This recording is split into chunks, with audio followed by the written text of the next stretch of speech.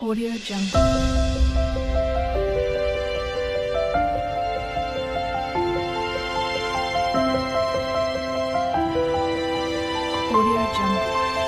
Hello friends, welcome to my channel. Tomato mutton curry ఎలా తయారు చేయాలో చూసేద్దాం. చూస్తుంటేనే నోరు రెంచేలా ఉంది. ఆన్ చేసుకొని దానిపైన కుక్కర్ గిన్నె పెట్టుకోవాలి. సరిపడా నూనె పోసుకొని ముందుగా కట్ చేసుకున్న ఉల్లిపాయ ముక్కలు వేసి బాగా కలుపుకొని 5 నిమిషాలు మూత పెట్టాలి. హై ఫ్లేమ్లో పెట్టి ఇలా రెడ్డిష్ అవ్వగానే కొద్దిగా సాజీరా, కొద్దిగా బగారాకు, రెండు మూడు లవంగాలు, కొద్దిగా దాల్చిన చెక్క వేసి బాగా కలుపుకోవాలి. ఇలా వేయడంతో మటన్కి ముక్కకు అనేది బాగా మసాలా పట్టడం జరుగుతుంది. తర్వాత 2 స్పూన్ల పసుపు వేసి బాగా కలుపుకోవాలి. అప్పుడే ఫ్రెష్గా ఉండే అల్లం పేస్టుని నేను 2 స్పూన్స్ వేసుకున్నాను. ఎందుకంటే మటన్కి బాగుంటుంది. అప్పుడే మనం ముందుగా చేసి పెట్టుకున్న అల్లం పేస్ట్ వేసుకుంటే చాలా టేస్టీగా ఉంటుంది.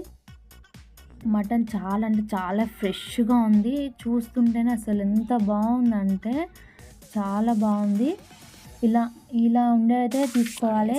మనకు మటన్ షాప్కి వెళ్తే కొంచెం వేరు ఇస్తుంది. కొంచెం పెద్దవాళ్ళని పంపిస్తుందంటే మటన్ ఎలా ఉంటుంది ఫ్రెష్ అనేది మనకు తెలుస్తుంది. మా ఆయనకైతే చాలా బాగా తెలిసింది. అందులో కొద్దిగా కొత్తిమీర, కొద్దిగా పుదీనా వేసి 5 నిమిషాలు హై ఫ్లేమ్లో పెట్టుకొని మూత పెట్టుకోవాలి.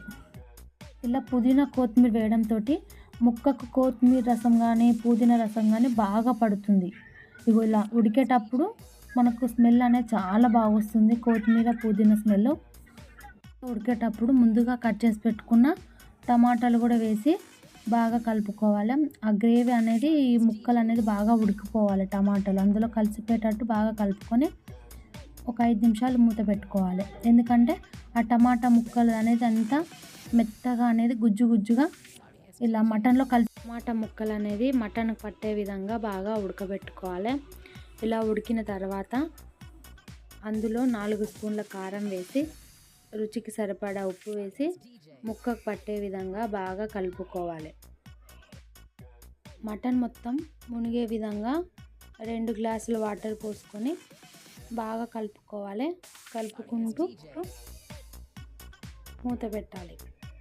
ఇలా 4 విజిల్ వచ్చే వరకు బాగా ఉడికించుకోవాలి. ఇలా ఉడికిన తర్వాత అందులో 2 చెంచాల ధనియాల పౌడర్, 1 చెంచా గరం మసాలా, కొద్దిగా చిక్కదనం కోసం కొబ్బరి పొడి వేసి బాగా కలుపుకోవాలి. 5 నిమిషాలు ఉడికిన తర్వాత చూస్తే మనకు ఎంతో ఇష్టమైన టమాటా